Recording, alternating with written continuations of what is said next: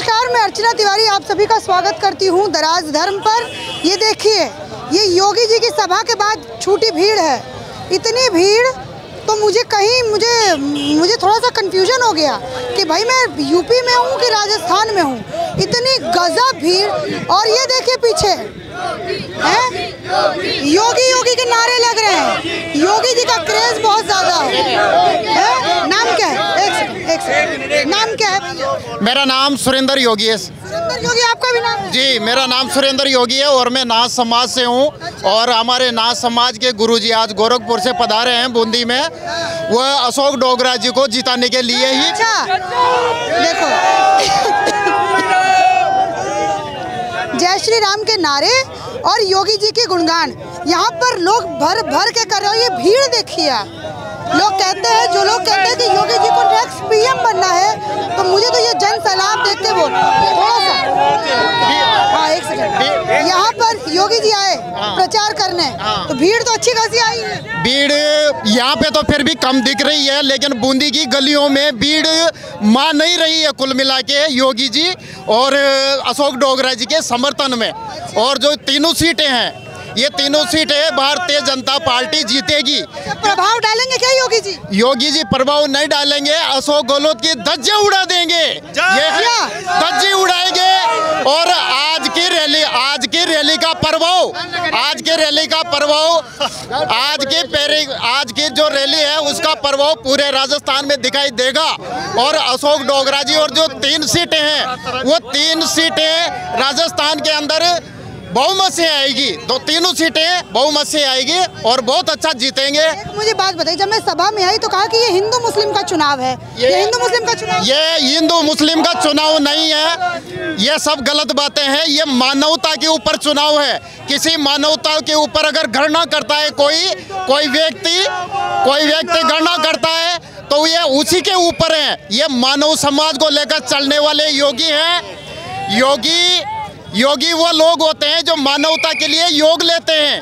अपने माता पिता को छोड़ते हैं। घर में इन और लोगों की तरह स्त्रियां नहीं रखते। वो सिर्फ और सिर्फ जनता के काम के लिए 24 घंटे तत्पर रहते हैं। और माता बहनों की अगर इज्जत बचानी है तो वो योगी जी को अपनाओ और बूंदी में अशोक डोगरा जी और तीनों सीटों को लाओ। जय श्री राम। ठीक है, एक बात बताइए, अशोक गहलोत ने क्या बहन बेटियों की इज्जत नहीं रहने दी है? उसने कभी भी बहन बेटियों पे कोई आज दिन तक स्टेटमेंट नहीं दिया है। जब कोई बहन बेटियों की बात आती है तो अशोक गहलोत चुप होके बैठ जाता है, जैसे मोल ले रखा हो। ये क्यों नहीं बोलते? अभी आते हैं योगी जी ने क्यों बात की बहन बेटियों की? क्योंकि उन्होंने योग ले रखा है। किसके लिए? मानवता के लिए, पशु पक्षियों के लिए, गाय माता के लिए। इन्होंने मतलब 1000 वर्ष हो गए, आज दिन तक कोई हमारे गाँव में गौशाला भी नहीं है। नहीं कि हर पंचायतों में गौशाला होनी चाहिए। अच्छा, एक बात बताइए, योगी जी ने एक और बात कही कि राम मंदिर बन रहा है और 22 जनवरी को उसका उद्घाटन है भव्य, तो उसमें जाएंगे आप लोग? हम बराबर जाएंगे। और सभी से कहा है, मेरे से नहीं कहा है कि मैं योगी हूँ इसलिए मेरे से कहा है, सबसे, सभी जनता से कहा है। और हम जोश देखिए, जोश। जरूर जाएंगे राम मंदिर में जाएंगे सब। इलेक्शन में क्या असर पड़ेगा उसका? पूरा असर पड़ेगा, वो जीतेगा। राम मंदिर के नाम पे वोट करेंगे क्या इस बार? हाँ, देंगे नहीं सब। राम मंदिर के नाम पर? हाँ, देंगे राम मंदिर के नाम पे सब देंगे। राम मंदिर के नाम पर देंगे। अच्छा, थोड़ा गहलोत जी के बारे में मुझे बताइए कि गहलोत जी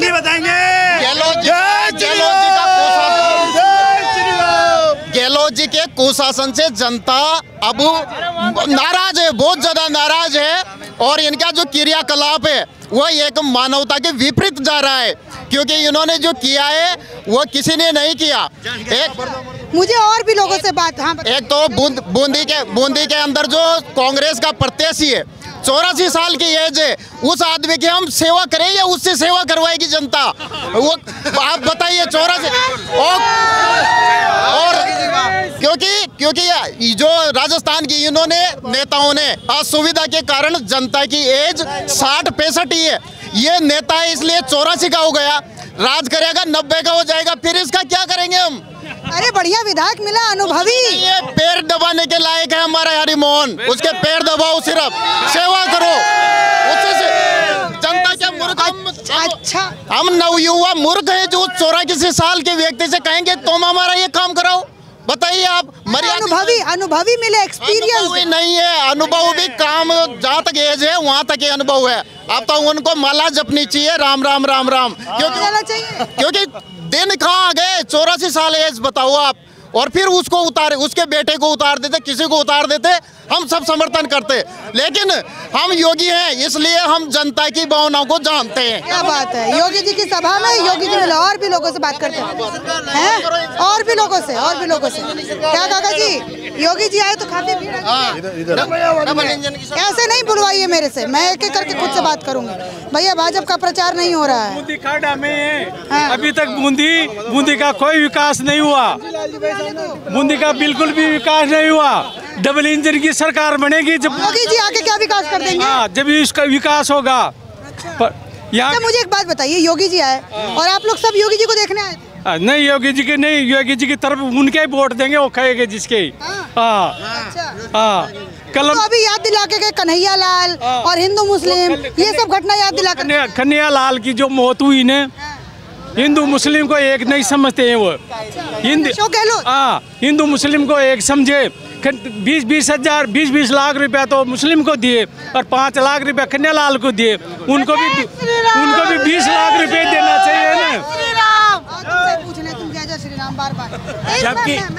जबकि मैडम उनके परिवार को समझना चाहिए। और गरीब की बेहद हत्या हुई है बूंदी के अंदर, इन्होंने गरीबों को मदद दी है। इस बार विधानसभा चुनाव में क्या मैटर रहने वाला है? विधायक अशोक डोगरा का मैटर रहेगा।